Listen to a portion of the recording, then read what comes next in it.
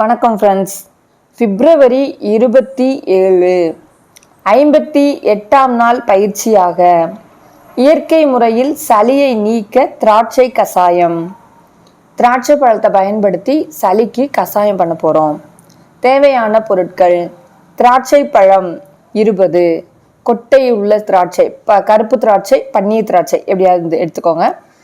கிராம்பு 2, வெற்றிலை 2, மிளகு 5, நாட்டு சர்க்கரை 2 ஸ்பூன், கொத்தவரங்காய் 2. செய்முறை: ஒரு பாத்திரத்தில் கல்லுப்பு போட்டு அதில் தண்ணி ஊற்றி நல்லா மிக்ஸ் பண்ணிவிட்டு அதில் இந்த திராட்சை பழம் 20ஐயும் போட்டுருங்க. போட்டு வெத்தலையும் அதில் போட்டு நல்லா கொத்தவரங்காயும் அதில் போட்டு நல்லா ஒரு 10 நிமிஷம் வச்சுருங்க. அதுக்கப்புறம் இதை நல்லா ஒரு 2-3 தண்ணியில் கழுவிடுங்க. திராட்சை பழத்தை நல்லா கழுவிடுங்க. கழுவிட்டு மிக்சியில் போட்டு வெற்றிலையை காம்பை நீக்கிட்டு நல்லா கிள்ளி போட்டுருங்க. கொத்தவரங்காயும் அதே மாதிரி சின்ன சின்னதாக கட் பண்ணி போட்டோம்.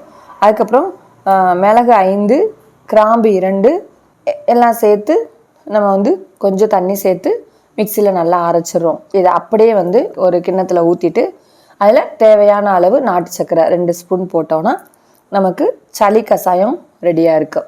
இதை நம்ம ஒரு டம்ளரில் ஊற்றி சமணம் போட்டு உட்காந்து உமிநீர் கூட கலந்து ஒவ்வொரு மடக்காக நம்ம குடித்து பார்க்கும் பொழுது சளி நமக்கு எப்படி கட்டியிருக்கோ அந்த சளி நல்லா நீங்கிறதுக்கு நமக்கு தெரியும், வித்தியாசம் தெரியும்.